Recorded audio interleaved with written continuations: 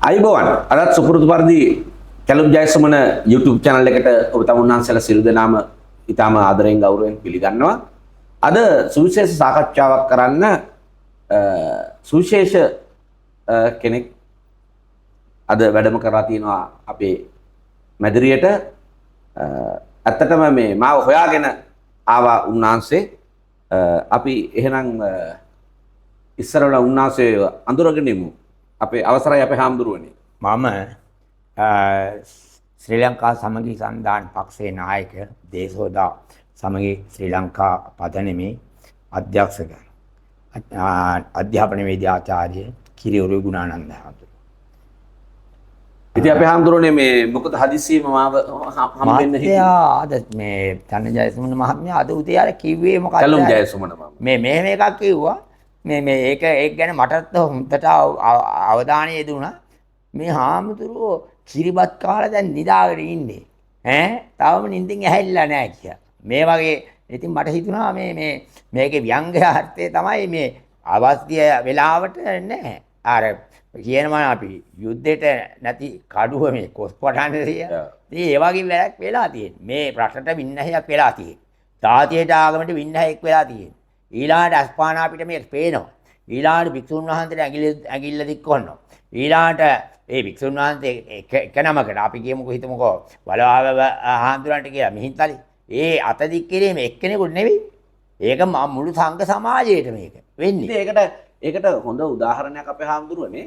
දැන් මම දැක්කා පහුගිය දවස් දෙක තුනකට කලින් පියතුමෙකුට පහර දුන්නා කියලා මේ පොලිසියේ කීප 6 දෙනෙකුට දැන් එයා දෙවෙනි වතාවට රිමාන්ඩ් කරා. එතකොට ඒ පියතුමාට පහර දුන්න කියලා කතෝලික සභාව මුළු කතෝලික සභාව පාරට වැහැලා අද සිරිල් ගාමිණී පියතුමා ප්‍රමුඛ කණ්ඩායම ඊළඟට අගරදු ගුරුතුමා ප්‍රමුඛ කණ්ඩායම මුළු රටේම සියලුම කතෝලික සභාවේ ස්වාමීලා මේ කියන්නේ ස්වාමීලාට මෙතන පියතුමන්ලා අද පාරට බහැලා මේ සම්බන්ධ යුක්තිය ඉල්ලා හිටිනවා. හැබැයි දැන් මේ වෙනකොට අපේ රටේ භික්ෂුන් වහන්සේලා 4 නමක් තුන්වෙනි වතාවටත් රිමාන්ඩ් බන්ධනාගාරගත කරනවා. මුතුකුඩේ කඩලා පහර දෙනවා වීඩියෝ තියෙනවා.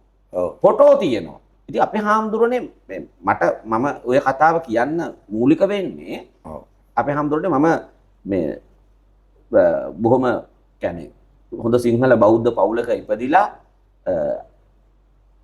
අල්ලපු වැටේ පන්සල තිබුණේ දහම් පාසල් ගිහිල්ලා දහම් පාසල් අවසාන ගෞරව සාමාර්ථයක් සහිතව සමත් වෙලා.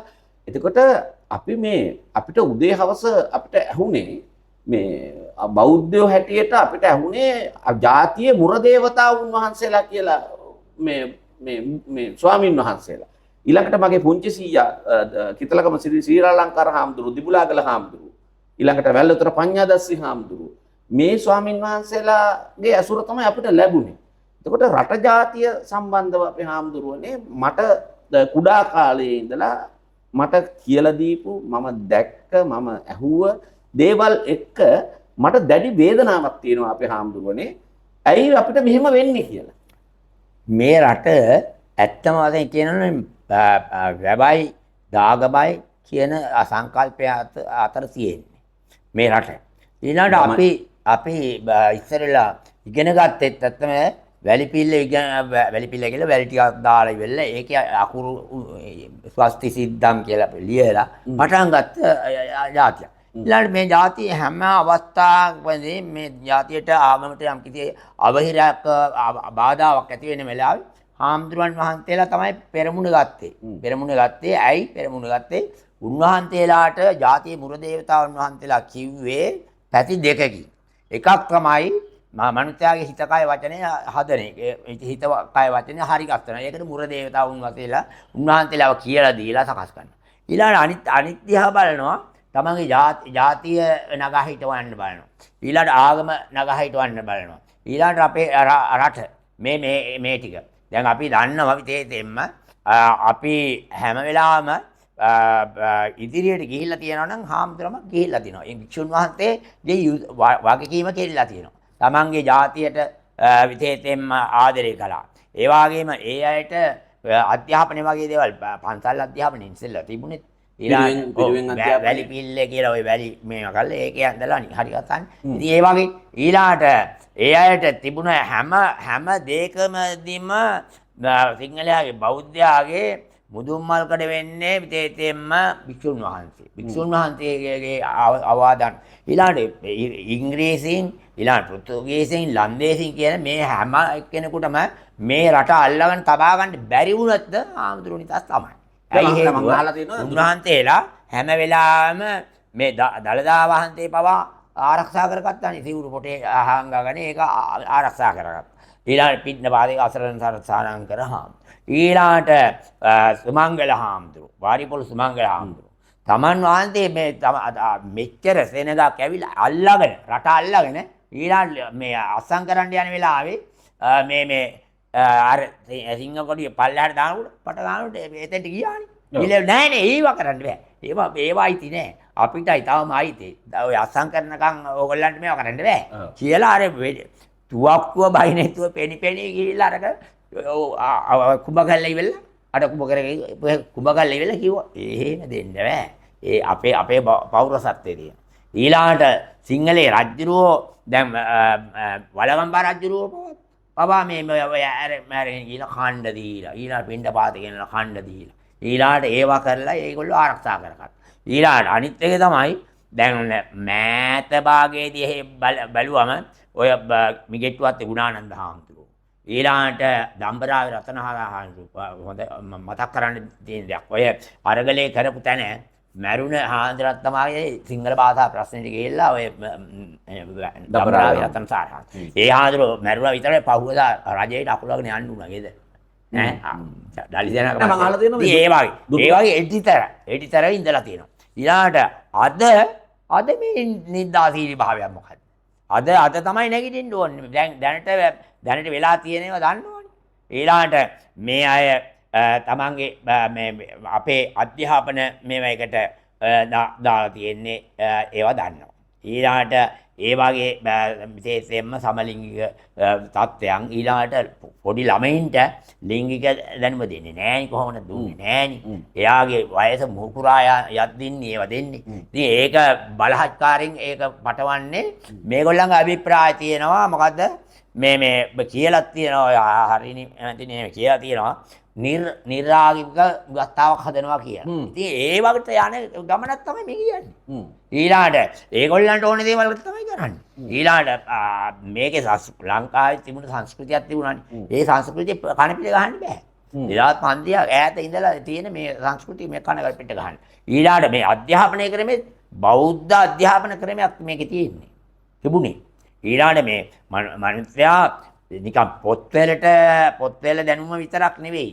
එයාගේ හිත කය වචනේ හදලා ඊළඟ යහපත් හොඳ වචන කියන හොඳ සිතුවිලි තියෙන ඊළඟට හොඳ ක්‍රියා තියෙන සමාජයක් තමයි ඒ අධ්‍යාපන ක්‍රමෙන් ඇති වෙන්නේ. අවසරයි අපේ හැමදෙර දැන් මේ ඔය ටික කියාගෙන යනකොට දැන් ඔබ වහන්සේ කිව්ව හරියට හරි මේ නිරාගමික කතාව. එතකොට දැන් මේ ළඟදී මේ ආණ්ඩුවේ ඉන්න ප්‍රබලම අමාත්‍යවරයෙක් වෙන ලාල්කාන්ත ඇමතිතුමා පැහැදිලිව කියනවා අපිට ඔය සිවුර අදාළත් නැහැ අපිට ලෝගුව අදාළත් නැහැ අපිට මේ විරුද්ධවාදීකම් කරන්න ආවොත් අපි ගහනවා අපි ෆවුලුත් ගහනවා නීත්‍යානුකූලවත් ගහනවා නැතුව නීත්‍යානුකූල නැති වෙන්නත් නැතුවත් ගහනවා කියලා. එතකොට දැන් මට එතකොට මතක් වෙනවා කොටිකාවත්තේ සද්දාතිස්ස හාමුදුරුවන්ව මතක් වෙනවා මේ නීත්‍යානුකූල නැතුව ගහනවා කියලා කියනකොට. ඊළඟට මගේ සීයා කෙනෙක් වෙච්ච වැල්ලතර පඤ්ඤාදස්සි හාමුදුරුවන්ව මතක් වෙනවා. මොකද අපේ හාමුදුරුවනේ පඤ්ඤාදස්සි හාමුදුරුවෝ කෑලි කපලා මරලා දාලා තියෙනවා. මං ගිහින් මගේ ඇස් දෙකෙන් දැක්කා. ඒ අයත් මේ ඇත්තම JVP අය එකලේ. ඒ වැඩ ඔය වැල්ලතර හාමුදුරුවෝ මැරුවේ. ඊළාට ඔය කොටිකාවත්තේ හාමුදුරුවෝ මැරුවේ. ඊළාට තව හාමුදුරුවෝ වහන්සේලා 90 ගාණක් මරලා තිබුණා. ඊළාට ඇත්තම කියනවා නම් මේ මිනිස්සු ඒගොල්ලෝ බේල්ලක් තියෙන්නේ මේ සිවුර නිසා. සමහරක් වෙලාවට කැලේ හිටපු මිනිස්සු සිවුර ඇඳගෙන බොරුවට මේ බේල්ලන් දෙලා තියෙනවා. ඊළඟ සිවුරෙන් ප්‍රයෝජන නැහැ. ඊළඟ මේ අය තවත් එකක් තමයි මේ අවභාවිතය කිරීම. දැන් ඔය ඇඟිල්ල දික් කරන්නේ අර මිහින්තලේ නායක හඳුරන්න පමණක් නෙවෙයි ඔය ඇඟිලි දික් කළා තියෙන්නේ. ඔය ඇඟිලි දික් කළා තියෙන්නේ මුළු සංඝ සමාජයට. ඊළඟ සිංහල ජාතියට. ඊළඟ මේ රටට මේ රටේ සංස්කෘතිය කාබාසිනියා කරන්න. ඊළඟ තවත් එකක්. ඒගොල්ලෝ කල්පනා කරනවා නම් එහෙම කළා කරන්න පුළුවන් කියලා ඒක කවදාවත් කරන්න බෑ. හේතුව භික්ෂුන් වහන්සේ ඊළාට අද භික්ෂුන් වහන්සේ වගකීම තියෙනවා. ඒ වගකීමේ තියෙනවා සංඝ වේදගුරු ගෝවිකම්පුරු ඊළාට කියන දොස්තර මහතුරු ඔක්කොම අවදි කරන්න ඕන. ඔක්කොම අවදි කරන්න ඕන. නැත්නම් මේ අයගේ මේ යන ක්‍රියාමාර්ගයේ නරකයි. ඊළාට දුක්ඛිත භාවයකටපත් වෙන ඊළාට භයානක තත්ත්වයක්. ඊළාට ඒකට හේතුව තමයි මම ජ්‍යොතිෂවේදියෙක්. මම දන්න දෙයක් තියෙනවා. මම කියලා තියෙනවා. මේගොල්ලන්ට ගල් ගහනවා මයි මාසේ. ඒක මම කියලා තියෙනවා. ඊළාට මම කියලා තියෙනවා ඔය ආපු කන්ටේනර් වල ඔක්කොම ආවියාවිද ආවේ. ගාන උනත් මට කියන්න පුළුවන්. ඊළාට තියෙන තරක් කියන්න පුළුවන් ආරක්ෂක හේතුන් නිසා කියන්න හොඳ නෑ මේ වෙලාවේ. ඊළාට ගෙනාව කාරණේත් මම දන්නවා. මොකද්ද කාරණේ කියලා. මේ ගෙනල් තියෙන කාරණේ මොකද්ද කියලා දන්නවද? හෙට මැතිවරණයක් තිබුණත් මේ අය දැන් මේ කුජීතයි. ඒකයි පරදිනවා. පරදුනාට පස්සේ 71 සිරිමාව බණ්ඩාරනායක මැතිනේ 3-2 බලයක් ලැබුණා. නේද? සමගි පෙරමුණ. කියලා ඊළාට ඒක ලැබුණාට පස්සේ ඊළාට මේගොල්ලෝ මාස 3-4ක් යනකොට 71 වෙනකොට 70 මේ වෙලාව 71 වෙනකොට මේගොල්ලෝ කරපු වැඩේ මොකද්ද? එකපාරම විප්ලවයක් පටන් ගත්තා. එදා අපි දැක්කා මේ පාලකයෝ අද කියනවා එකක්. මොකද්ද? මේ රට බංකොලොත් කළේ මේ 70 අවුරුද්දේ 76 අවුරුද්දේ පාලකයෝ කියලා කියනවා. ඊළාට ඒ කියන අය ඔය ඒ දණ්ඩපාලමක්වත් හදපු අය නෙවෙයි. ඔය ඒගොල්ලෝ ඒවා කරනකොට විරුද්ධ වුණා අය. ඒවා එකම රජයකටවත් කරන්න දුන්නේ නැහැ. ඇත්තම වශයෙන් කියන. ඇත්ත අර මධ්‍යම අධිවේග මාර්ගය. අර පඬු කරුද ගහක් අල්ලගෙන පෙන්නන්නේ. ඒකට දැන් අපි ගෙවන්නත් වෙනවනේ. අනිවාර්යයෙන්. සීනෙට අද ඒවට ගෙවන්න වෙනවද කියවන්න. ඒ වගේ වැඩ කරේ. ඊළාට එදා 71 අපි හිටියා. ඊළාට මම කෑගල්ලේ හිටියේ කාලේ. පොල්ලම්බේ කොට පිරිවෙනේ ගන්න අපි. ඒ කාලේ මම දැක්කා අප්‍රේල් 5 වෙනිදා තමයි ඔය මේගොල්ලන් කැරල් ඇති උනේ. ඊළාට ඒ කැරල්ලේදීන් මම දැක්ක මගේ අත් දෙකටම දැකලා තියෙනවා ඒ දඬු පාලන ටික කැඩුවේ මේ මිනිස්සු. බැංකු කැඩුවේ මේගොල්ලෝ. ඊළාට වැඩිම රත්තරන් හොරකම් කරේ මේ අය. ඊළාට මේ අත්තමාදේ කියන තරුණයෝ ටික මැරුවෙත් මේගොල්ලෝ. හේතුව විප්ලවයක් කරගෙන යනකොට ඒක අසාර්ථක නම් ඒ රජයට බාර වෙන්න කියලා තිබුණානේ. බාර වෙන්න කිව්වේ නෑ මේගොල්ලෝ. මේගොල්ලෝ පන්ති හරි ගත්තා කැලේ ඉඳලා මේ කොල්ලෝ ටික ඇව්වා. ඉතින් ඒ පිළිවෙන්න හේතුනේ ඒකයි. දැන් ඇත්තම රජය ඇත්තම වශයෙන් කියනවනම් ඒ කාලේ කතා කරලා තිබුණා ඕගොල්ලන්ගේ නායකයෝ ඔක්කොම අපි ළඟ ඉන්නේ. ඕගොල්ලෝ මේ දැන් විජේ වීරමුණත් දවස් 3කින් ඇල්ලුවානේ. ඊළාට හිටියන් එයා මරන්න දුන්නේ නැහැ හිටියා. ඊළාට ප්‍රකාශයක් කළා තිබුණා හැමතැනම ගිහිල්ලා මේ බාර වෙන්න ඕගොල්ලෝ මේ කියලා. ඒක ඇහුවේ නෑ. අර මිනිස්සුනේ මරලා දැම්මා. ඊළාට ඇත්තම වශයෙන් කියනවා නම් ගුණධර්ම පවා මරලා තියෙනවා. ඒකට හේතුවක් මම කියන්න ඕන නම් ඔයා උදාහරණ මේ මට ගුණධර්ම කියලා කතාව. දැන් මම දැක්කා මේ ඊයේ හරියට පෙරේදා ජනාධිපතිතුමා සාර ධර්ම වලින් පිරි ගුණධර්ම වලින් සාර ධර්ම වලින් පිරි සමාජයක් හදන්නලු හදන්නේ. දැන් මේ ඇත්තටම ගුණධර්ම සාර ධර්ම ගැන මේගොල්ලෝ දන්නවද? ගුණධර්ම සාර ධර්ම කොහොමදත් මේ අය ඇත්තම වශයෙන් කලේ ඔය මම එක සිද්ධියක් කියන්නම්. ඔය මැදිලිය රජමහා විහාරේ මං හිටියා. ඒ කාලේ ඒ දවසේ 5 වෙනිදා අප්‍රේල් 5 වෙනිදා 71. ඊළාට ගුණධර්ම සාර ධර්ම කොහොමදත් මේ තාත්තා ඒ ගමේ ග්‍රාම සේවක. ඊළාට පුතා මේ ජේවිපී එකේ හිටියේ. ඊළාට තාත්තාට ගිහිල්ලා තාත්තට කිව්වා ඔයා මරනවා තුවක්කු ලිස්ට් එක දුන්නේ නැත්තම්. ඔයා දුන්නේ නැත්තම් මරනවා කියලා පුතා තාත්තට කියලා පුතා වෙඩි තියලා මැරුවා. තාත්තා. ඔව්. පුතා ඒක ඕන කෙනෙක්ගෙන් අහන්න පුළුවන්. ඔය මැදිලි පන්සල ඉස්සරහාම අය කියන මනස කොච්චර විකාර කරලාද මේ ඒ තමයි. දරුවන්ගේනේ. ඊළාට ඒගොල්ලෝ පන්ති පහ ඉවර වෙලා සෙරෙප්පුවෙන් ගහලා නිට්ටාවටපත් කරලා තමයි මේ ඒක සපත කරන්නේ. සපත කරන්නේ. ඒ වගේ. ඉතින් ඒක නිසා මේ ඇත්තම වශයෙන් කියනවා නම් අපි දක්කාගෙන යන්නේ චීන කොමියුනිස්ට්වාදයට ගෙනියන්න ඇත්තම කාරණේ ඕකයි. ඊළාට ඒකට තමයි මේගොල්ලෝ සකස් වෙන්නේ. ඊළාට කාල් මාක්ස්ගේ ධර්මයේ සඳහන් කරන ආගම අභින් කියලා සඳහන් කරන්නේ. ඊළාට ඒක මේ අදහසෙන් නෙමෙයි කියලා තියෙන්නේ. මේ අදහස. ඒ වුණත් මේගොල්ලෝ අරන් තියෙන්නේ ඒ විදිහට. ඒ විදිහට ඊළාට භික්ෂුන් වහන්සේ දැන් සිවුර උණක් කමන්න ඊළාට ලෝගෝ උණක් කමන්න කියලා ලාල්කාන්ත කියලා තියෙනවා. කියලා දැන් දෙපැත්තෙම දෙගොල්ලන්ටම ගැහුවා. සිවුරටත් ගැහුවා ලෝගෝටත් ගැහුවා. ඊළාට ඒගොල්ලොම කියලානේ නිර්ආගමික ව්‍යවස්ථාවක් හදනවා කියලා කිව්වනේ. කිව්වා ඒක. ඊළාට එහෙමනම් මේගොල්ලෝ යන ගමන හොඳට අපිට මේ දැන් සක්සුදක් වශයෙන් පැහැදිලි. ඊළාට ගති තියෙන්නේ ඊළාට ඕගේ හිතේ තියෙන්නේ දරුණුකරියා. ඊළාට ඒක බලා ගන්න පුළුවන්. ඒ අය කතා කරන්න යනකොට නිකන් මූණු දිහා බලන්න. මූණු දිහා බැලුවා හැටි ලේක හදුලක් තියෙනවා. නෑ. ඊළාට පුප්පාවනි කතා කරන්න. ඊළාට අස්තෝරවනි කතා කරන්න. ඊළාට යකුවගේ. හැබැයි වෙලා තියෙන්නේත් ලොකු වැඩක් වෙලා තියෙනවා. අර ආපු හැටියෙම මේගොල්ලෝ දේශපාලනයට ගත්තානේ දළදා වහන්සේ. ඔව්. අවභාවිතයට ගත්තා. අවභාවිතයට ගත්ත එහෙම දළදා වහන්සේලා පින්නන්නේ නැහැ. ඈ? දැන් අපේ හඳුර මට තප්පරයක් දෙන්න.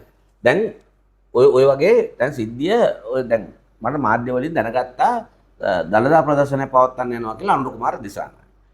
මගේ ඔළුව ගිනි ගත්තා මේ මොකද්ද මේ යකන් මේ කරන්න හදන්නේ මේ මුළු රටටම සාපයක් වෙන්න වැඩන්නේ මේ කරන්න හදන්නේ.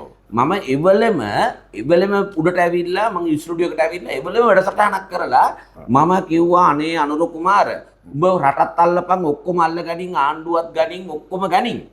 අපිට දළදා හාමුදුරුවෝවත් ඉතුරු කරපන් අඩු ගන්න. මං කිව්වා මේකට අත තියන්න එපා. අත තියලා සුද්දොත් කිලෝ ගත්තා 1820 සුද්දොත් අනගත්තා මේක කරන්න ගිහිල්ලා. උඹ මේක මේ වැඩේ කරන්න එපා. උඹ වගේ ආගමක් දහමක් නැති කල්ලතෝනියෙක් මේ දළදා හාමුදුරුවන්ට අත තියන්න එපා කියලා අපේ හාමුදුරුවනේ මම පෙබරවාරි මාසෙම මම කිව්වා. හරි? අනිවාර්යෙන් වස්වදිනවා කියලාත් මං කිව්වා.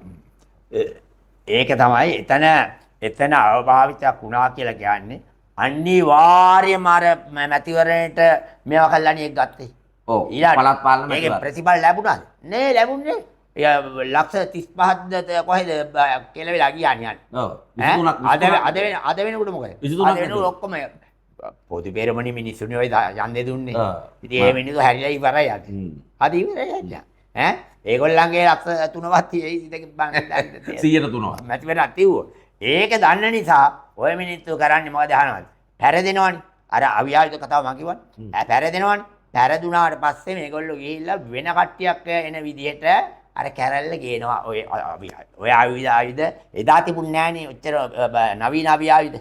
එදා ඔය තිබුණ කැටි පොළු වෙනුමයි ඔය ගල් කටස්සරව මේවනේ. ඒවා හදාන්න බෝම්බ හදාන්න. ඔබ වහන්සේ කියන කතාව මේ මට බැහැර කරන්න බෑ. ඒ මොකද ඔය කන්ටේනර් 323 සම්බන්ධයෙන් අපේ හාමුදුරුවනේ රේගුවේ වෘත්තීය සමිති කණ්ඩායම මගේ ළඟ මේ වීඩියෝ එක තියෙනවා. ඒ වෘත්තීය සමිති රේගුවේ නිලධාරීන්ම ඇවිල්ලා කිව්වේ ඒගොල්ලෝ තමයි ඉස්සලා මේක එළිදරව් කරේ. ඒගොල්ලෝ ඇවිල්ලා කිව්වා මෙන්න මෙහෙම කන්ටේනර් 323ක් මේගොල්ලෝ පන්නලා තියෙනවා. රතු ලේබල් වලින් ආපු කන්ටේනර් 323ක් මේ වෙයි තිබුණේ මොනවද කියලා කවුරුවත් දන්නේ නැහැ. එතකොට ඒගොල්ලෝ ඒ වැඩසටහනේ ඒගොල්ලෝගේ මේ මාධ්‍ය සාකච්ඡාවේදී කිව්වා අපේ හාමුදුරනේ මේ වෙයි තියෙන්න පුළුවන් බෙහෙත් තියෙන්න පුළුවන් මත්ද්‍රව්‍ය තියෙන්න පුළුවන් අවියාවුද තියෙන්න පුළුවන් කියලා. පැහැදිලිවම. එතකොට අර්ජුනා පාර්ලිමේන්තු මන්ත්‍රී අර්ජුනා පැහැදිලිවම ඔහු සහතික කරලාම කිව්වා මල් ළඟ සියලු තොරතුරු තියෙනවා. ඔහුට මේක සහතික කරලා පෙන්වන්න පුළුවන් තායිලන්තෙන් පුකට් වරායෙන් පැටවුවා කියලා අවියාවු. එතකොට දැන් ඔබ වහන්සේ කියන කතාවයි ඒ ටිකයි මේ මෙහෙම මැච් කරලා බැලුවාම අපිට ඔබ වහන්සේ කියන කතාව බැහැර කරන්න බෑ. ඇත්තම කතාව. දැන් මේගොල්ලෝ යාපනයේ ඔය උතුරේ ඡන්දේ ගත්තා. ඔය උතුරේ ඡන්දේ ගැනීමෙත් මේගොල්ලෝ පොරොන්දු වෙලා තියෙනවා මේ අහවල් ඒවා දෙනවා කියලා පොරොන්දු වෙලා තියෙනවා. ඒ මිනිස්සු දැන් ප්‍රශ්න කරනවානේ කෝ අපිට දෙනවා කිව්වේ ඒවා දෙනවද කියලා. එතකොට මේගොල්ලෝ රට උකසට තියලා තියෙනවා ඡන්දෙටක්. ඊළාට තමයි ගත්තේ. ඊළාට අනිත් එක තමයි මේ ඒ අයට පොරොන්දු දුන්නා වගේම ඔය අවියාවිද කියන එක දන්නේ ඇත්තම වශයෙන් අරිදුනා එයා කියනවනේ මම ඩයස්පෝරාව කියලා. ඔව්. එයා කියනවා. ඔව් එයාට ඩයස්පෝරා තමයි. එයා ඒගොල්ලන්ගේ සල්ලි දුන්නා කියලා කියනවනේ. එයාම කිව්වනේ. මේ මැතිවරණට සල්ලියම දුන්නා කියලා. එතකොට මේගොල්ලෝ මේ අත්වැල් බැඳගෙන තියෙන්නේ මේ ඡන්දේ ලබා ගැනීම සඳහා මේ ඩයස්පෝරාව එහෙම තමයි උපයෝග කරගෙන තියෙන්නේ. ඊළාට උතුරේ ඡන්ද වලට ඊළාට ඒ වගේ දැන් මේගොල්ලන්ට වෙලා තියෙනවා ඒගොල්ලෝ පොරොන්දු උනේ දේවල්. දැන් බලන්න අර කිව්ව කතාව. මේ අනුරාධපුර ජයශ්‍රී මහ බෝධින් වහන්සේත් පහු කරගෙන යනවලු මේ යාපනයේ පැත්තේ සිල් ගන්න වෛරයට. වෛරයක් සීලේ වෛරයක් නෑ. ඒක වෙන්න බෑ. ඊළාට සිල් ගන්න ඕනේ. ඒක වෛර කරන්නේ නේද? ඉතින් මේ මිනිස්සයා ඇත්තම වශයෙන් කියනවා වෛරයක් වපුරනවා. ජාතිවාදය වපුරනවා. ඊළඟට ඊර්ෂ්‍යාව ක්‍රෝධයක් වපුරනවා ගිහිල්ලා. ජීවිතේට පන්සලකට ගිහිල්ලා නැතුව ඇති අපේ ආම්දුරනේ මං හිතන්නේ ජීවිතේට පස්පා කළා නැතුව ඇති පන්සල. භාවනා කරන්න ඇති. ඔය හොරට ඉතින් රිල් ගන්න උත්සාහන් ඊළාට සිවුරක් දාගෙන හිටියා කියනවනේ එකපාරක්. එහෙමද? මෙයා ජීවිතේ බේරගන්න නැතිව. හැංගෙන්න දැන් නැතුව සිවුර දාගෙන හිටියා ඔය හොඟක් කට්ටිය. ඊළාට දැන් අර කවුද ලාල්කාන්ත වනචාරියා කියලා කිව්වේ. ඉතින් වනචාරියා වනචරයා කියන එකනේ. ඊළඟ වනචාරි කියන්නේ වනයේ හැසිරෙන එක්කෙනා කියන වනචාරි. චාරි කියලා කියන්නේ චාරකාර. ඊළාට කියන එක. ඊළාට වනචරයා කියන එක ඊට වැඩි බරපතල කතාවක්. ඒක භාර්යාගේ සම්පූර්ණ නැති කරන. ඊළාට අනිත් එක තමයි මේගොල්ලෝ මේ අපේ ජාතියෙන් ආගමෙන් ඊළාට තමයි මේගොල්ලෝ ඡන්ද ගත්තේ. ඒ අය දුන්නේ. මේගොල්ලෝ මේ තත්ත්වයට පත් කරේ ඒගොල්ලෝ. එතකොට ඒගොල්ලන්ට විරුද්ධවයි මේ වැඩ කරන්නේ, රටට විරුද්ධවයි වැඩ කරන්නේ, රටේ සංස්කෘතියට විරුද්ධවයි වැඩ කරන්නේ. ඊළඟ සංස්කෘතිය විනාශ වීම, රට විනාශ වීම, ඊළාට ජාතිය ආගම විනාශ වීම වෙනවා. අපේ ආගමට පමණක් නෙවෙයි මේක. මේගොල්ලෝ හැම එකටම ඇගිල්ල දික් කරනවාමයි. ඉතින් ඒකට දැනට ඒකට සාධක තියෙනවානේ අර පාදට ගැහුව එකෙන්. ඊළාට තව හාමුදුරුන්ට එහෙම ඔය රාලහාමිලායි. ඒ මිනිස්සුන්ගේ පොලිසියේ වරද නේ මේගොල්ලන්ගේ දෙන ඕඩර් එක ඒගොල්ලෝ කරන්නේ. ඒගොල්ලෝ කරන්නේ මේගොල්ලෝ දෙන ඕඩර්. ඉතින් ඒක නිසා අපි මේ වෙලාවේදී අපි නිදාගෙන හිටියොත් එහෙම ජාතියත් අනතුරේ, ආගමත් අනතුරේ, රටත් අනතුරේ, සංස්කෘතියත් අනතුරේ. ඒක නිසා අපි මේ වෙලාවේ කල්පනා කරන්න ඕන මහානායක හාමුදුරුවෝ ඇතුළු නායක හාමුදුරුවන්ටත් ඉතින් අපි වැඳලා කියන්නේ ඔබ වහන්සේලා විතේතෙන්ම මේ වෙලාව අවදි වෙන්න ඕන. අවදි වෙලා ඉල ඔබ වහන්සේලා අපි හිතන අවදි වෙලා කියන එකත් අපි සාමාන්‍යයෙන් හිතනවා. ඔබ වහන්සේලා අවදි වෙලා මේ කෙනෙක්. ඊළාට මේ අනිත් සංඝවේද ගුරු ගෝවිකම් කරු කියන හැම කෙනෙක්ම අවදි වෙන්න ඕනේ මේ වෙලාව. අවදි වෙන්න ඕනේ. මේක මේ නිදාගෙන ඉන්න එපා. නිදාගෙන ඉන්න කාලයක් නෙවෙයි මේ වෙලාව තියෙන නිදාගෙන ඉන්න එකක් නෙවෙයි. අපි මම මේ කතා කරන මම හෙට වුණත් මැරෙන්නත් කැමති. හේතුව එක්කෙනෙක් දෙන්නෙක් මේ මැරෙන්න පුළුවන් නම් ජාතියක් රටක් ආගමක් වශයෙන් ඒක ලොකු දෙයක්. ඔව් බේරගන්න. ඊළඟ මම වෙල්ලස්සේ කෙනෙක්. වෙල්ලස්සේ කෙනෙක්. කැප්පෙටි පොළ මේ මැරෙන්න බෑ කිව්වේ නෑනේ. ඊළඟ කැප්පෙටි පොළ තමන්ගේ අවියාවිද ගෙනපියව දීලානේ ඒ වගේ ගැහුවේ නෑනේ. ඒ වගේ ගැහුවේ නෑ. එයා කිව්වේ මේ මම ගහන්නේ නැහැ තමුතලා අරගෙන යනවා ආවිද. මට ඕනේ ඒ සේනාවත් අරගෙන. මම මේ තමයි සටන් කරන්නේ. වෙල්ලස්ස. ඊළඟ එයා කිව්වෙත් මේ ඔබට වැරදුනා ඔය කටුපාර මේ මෙතෙන්ට නෙවෙයි ගහන්න ඕන. ඔක කැපෙන්න නම් මෙතෙන්ට ගහන්න. කියලානේ කිව්වේ. නේද? ඉතින් ඒ වගේ ඒ ඉංග්‍රීසීන්ට ඊළාට ඕලන්දායට ඊළාට මේ බර්ගායට කියන අයට මේ අයටත් නැවුණ නැති මේ ජාතිය නවන්න බෑ. ඊළාට මේ ජාතියට සිංහලෙන්ට කැකෑරින්න ලේ තියෙන අය ඉන්නවා. ඒගොල්ලෝ නැගිටින්න ඕනේ දැන්. මේ වෙලාවේ නැත්තම් ඉතින් වැඩකුත් නැහැ. ඈ නේද? මේ වෙලාවේ නැගිටින්න නැත්තම් අපි හැම කෙනාම මේ වෙලාවේ අවදි වෙන්න කියන එකයි කියන්න තියෙන්නේ. ඉතින් එතකොට අනිත් එක තමයි මේ දැනටත් විශේෂයෙන් විශාල විනාශයක් කෙරෙලා තියෙනවා.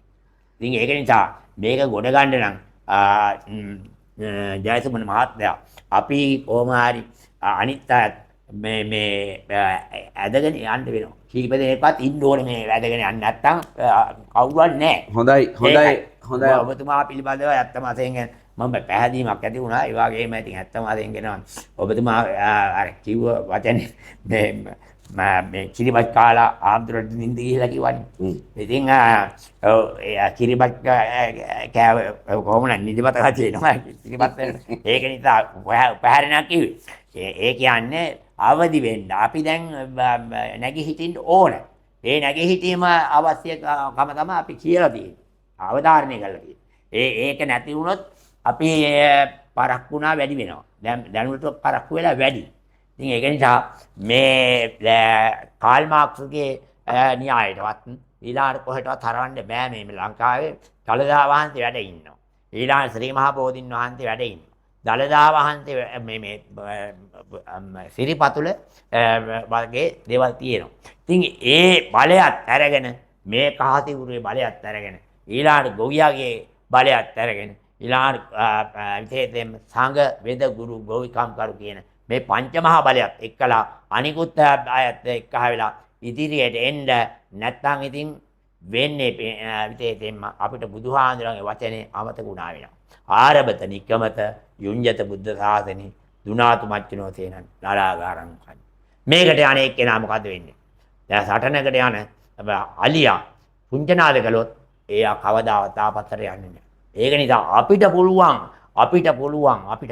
අනේක වාරේ මේක මෙතනින් මකන්න පුළුවන්.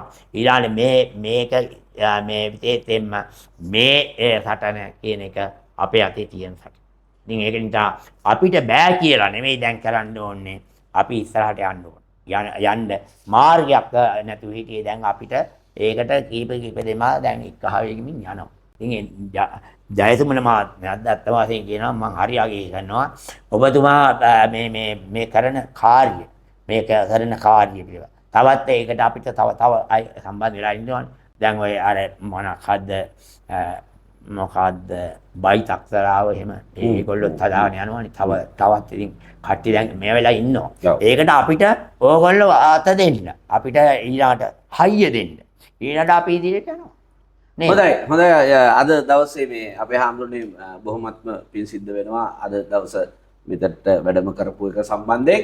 ඉතින් අර මං අවසාන වශයෙන් අර හැමදාම මං මේක කියනවා මේ කීප අවස්ථාවකම කිව්වා අර අනේ කූඹින්නේ තොපටත් රජෙකු ඉන්නේ අපට නැත ඉන්නේ ඒ නිසයි අපි තැවෙන්නේ. දැන් අපිට එහෙම නැත්තම් අපි එහෙම කෙනෙක් හදා ගන්නවා. මේ ජාතිය මේ අද නෙමෙයි අද දවස් විතරක් නෙමෙයි මේ ජාතිය වසර දහස් ගණනක් මෙවැනි උවදුරු වලට මුහුණ දෙමින් බාහිර උවදුරු වෙන්ම අභ්‍යන්තර උවදුරු වලටත් මුහුණ දෙමින් තමයි මේ ජාතිය ඉස්සරහට ආවේ. ඊටාම ලෝකේ බිලියන 8ක් ලෝකේ ජනගහනය ඉන්න ලෝකෙක 1,60,00,000යි සිංහලයෝ ඉන්නේ. සිංහල බෞද්ධයෝ ඉන්නේ ඊටත් අඩුවෙන්. එතකොට මේ මුළු ගත්තොත් මුළු රටම ගත්තත් 2,17,00,000යි. මේ 2,17,00,000 ලෝකේ සුවිශේෂයි අපේ හාමුදුරුවනේ. ඒ තමයි අපිට කුඩාම ජාතියක් වුණත් අපිට කියලා රටක් තියෙනවා. අපිට කියලා භාෂාවක් තියෙනවා. අපිට කියලා ලෝකේ තියෙනවා නම් මේ රටට සුද්දා මේක ගන්නකොට මේක සිංහලෙත් එක්ක තමයි ගිවිසුම අත්සන් කරේ. සිංහලේ හිටිය සිංහල මිනිස්සු. ඒ මිනිස්සුන්ට සිංහල කියලා භාෂාවක් තිබුණා. ඒකට සිංහල කියලා අකුරු තිබුණා. එතකොට ලෝකෙ එහෙම තියෙන ඉතාම කුඩා ප්‍රමාණයකට තමයි එහෙම අවස්ථාව දැන්. ඉන්දියාවේ ගත්තත් හින්දි භාෂාව තිබුණාට හින්දි භාෂාවේ පාවිච්චි කරන අකුරු දේවනාගර. එතකොට ඒ වගේ තමයි ලෝකෙ තියෙනවා දැන් ඉංග්‍රීසි භාෂාව කියලා මහ ලොකුට කතා කරාට ඉංග්‍රීසි භාෂාවේ ඉංග්‍රීසි අකුරු නැහැ. රෝම ඉලක්කම් තමයි ඉංග්‍රීසි අකුරු හැටියට පාවිච්චි කරන්නේ. එතකොට අපේ හාමුදුරුවනේ එහෙම භාෂාවක් ජාතියක් මත ගොඩනැගිච්ච නොනවතින ඉතිහාසයක් තියෙන සංස්කෘතියක් තියෙන එක ලියලා තියෙන එහෙම ජාතීන් ලෝකෙ බොහොම සීමා සහිතව ඉන්නේ. අන්න ඒ જાතියට තමයි අපි මේ කතා කරන්නේ. ඒ මිනිස්සුන්ට මේ අපි කතා කරන්නේ. කරුණා කරලා මේ රට රැකගන්න කටයුතු කරමු කියලා ආරාධනා කරමින් එහෙනම් අදට ඔබ වහන්සේට තෙරුවන් සරණයි. නමස්කාර පූර්වක ස්තුතිවන්ත වෙනවා මේ අවස්ථාවට සහභාගී වෙන්න.